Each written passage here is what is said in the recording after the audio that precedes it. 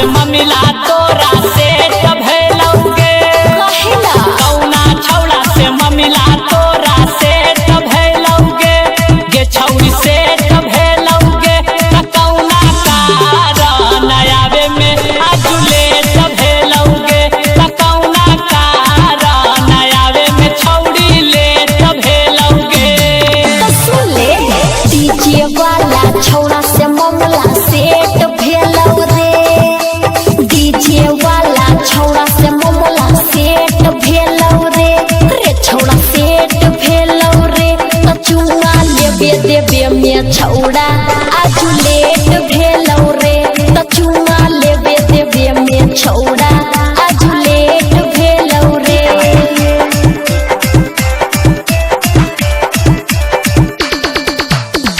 कौन छौड़ा चुसल कौ तोरा उठावा के लाली आगे मिसिए के लाल कैल कौ गोरे गोरे गली आगे।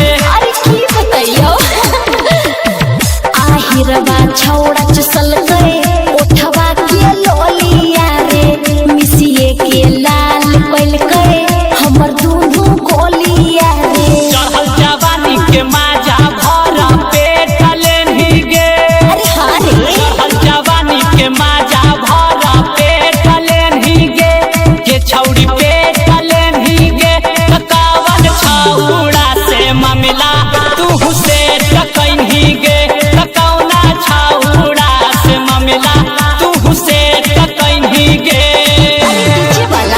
डीजे वाला छौड़ा से ममला सेट भेलौ रे डीजे वाला छौड़ा से ममला सेट भेलौ रे छौड़ा सेट भेलौ रे त चुमा लेबे देबे में छौड़ा आज लेट भेलौ रे त चुमा लेबे देबे में छौड़ा आज लेट भेलौ रे।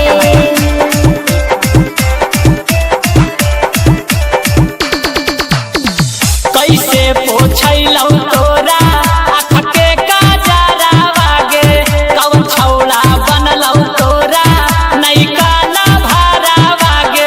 अरे छौड़ा कितना बार बताइयो रे चुमा चाटी लेवे में छुटलै को जोरवा रे डीजे सरफराज बनलै हमर लोफरवा रे। सिंटू दिलदार से छौड़ी तू भेट कैनी गे राइटर रोहित सिंह से छौड़ी भेट कैनी गे अरे नहीं रे छौड़ी भेट कैनी गे कवन छौड़ा से ममिला तू से टकैनी गे कौना छौड़ा से ममिला तू से टकैनी गे। डीजे वाला छौड़ा से ममला सेट भेलौ रे डीजे वाला छौड़ा से ममला सेट भेलौ रे छौड़ा सेट भेलौ रे त चुमा लेबे देबे में छौड़ा आज लेट भेलौ रे त चुमा लेबे देबे में छौड़ा आज लेट भेलौ रे। कौना छौड़ा से ममिला तोरा सेट भैलौगे कौना छौड़ा से ममिला तोरा सेट भैलौगे गे छौड़ी सेट भैलौगे कौना कारण आवे में आज लेट भैलौगे कौना कारण आवे में छौड़ी लेट भैलौगे। सुन ले डीजे वाला छौड़ा से ममला सेट भेलौ रे डीजे